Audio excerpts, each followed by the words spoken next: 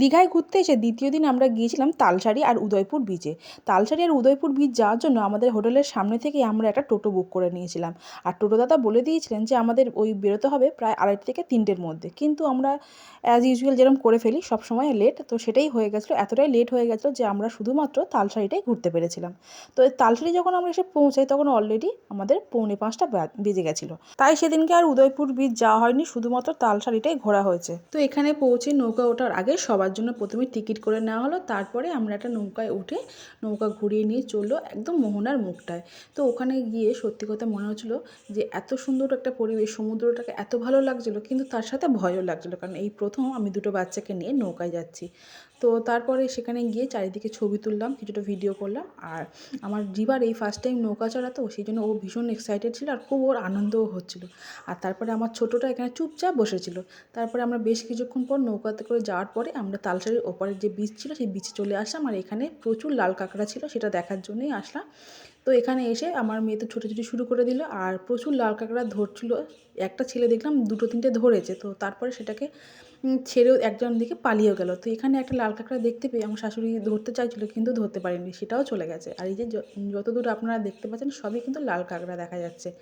আর এখানে লাল কাঁকড়ার একটা ভীষণ একটা ব্যাপার আছে, সেটা হলো ওর কাছাকাছি গেলেই কিন্তু ও লুকিয়ে পড়ে। আর এই সমস্ত যে গর্তগুলো দেখছেন এই সবই কিন্তু লাল কাঁকড়ার গর্ত। প্রচুর প্রচুর মানে এখানে লাল কাঁকড়া রয়েছে। তো মানে এখানে দেখা কিন্তু একটাও যাচ্ছিল না। আর যতই কাছাকাছি যাচ্ছি ভাবছি একটু দেখব, তো ভিডিও করব, সে কিন্তু ততটাই পালিয়ে যাচ্ছিলো।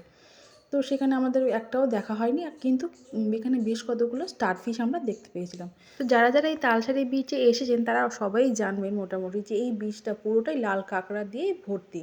তো লাল কাঁকড়াগুলো এতটাই মানে দূরে দূরে রয়েছে যে তাদের কাছাকাছি গিয়ে ছবি তোলা বা ভিডিও করা পসিবল হয়নি। তো এখানে একটা লাল কাঁকড়া প্রায় মরে গেছিলো বলেই সেটাকে ভিডিও করতে পেরেছিলাম। আর তারপরে এখানে ওই স্টারফিশগুলো ছিল যেগুলোকে হাত দিয়ে তুলেছিলাম, সেগুলোও সব মারা গেছে। তো জিভার এই এত বড় ফাঁকা জায়গায় এসে ও খুব মজা পাচ্ছিলো, ও ভীষণ ছোটাছুটিও করছিল। তারপরে এখানে আমরা অনেকটা সময় কাটিয়ে প্রায় সন্ধ্যের মুখোমুখি হোটেলে ফিরে গেছি। আর এখান থেকে উদয়পুর বিচে যাওয়া হয়ে ওঠেনি, কারণ আমাদের আবার ফের কালকে সকালেই ট্রেন রয়েছে, বাড়ি ফিরে যাব। তো সেই কারণে এখান থেকে ঘুরে সোজা আমরা হোটেলে চলে গেছিলাম। আর হোটেলে যাওয়ার পর ওখান থেকে আবার একটুখানি রেস্ট নিয়ে দুটো বাচ্চাকে খাইয়ে আবার আমরা বিচের দিকে গিয়েছিলাম। তো তালসারির বিচ আমাদের দেখা শেষ, এখানে ঘোরাও শেষ, এবারে আমাদের হোটেলে ফিরে যাওয়ার পালা। আর আমার ভিডিও আপনাদের কেমন লাগলো সেটা আমাকে কমেন্ট সেকশানে জানাবেন। আর যদি আমার ভিডিও আপনাদের ভালো লেগে থাকে তাহলে আমার চ্যানেলটাকে প্লিজ সাবস্ক্রাইব করবেন। আর যারা প্রতিনিয়ত আমার ভিডিও দেখেন তাদের অসংখ্য অসংখ্য ধন্যবাদ।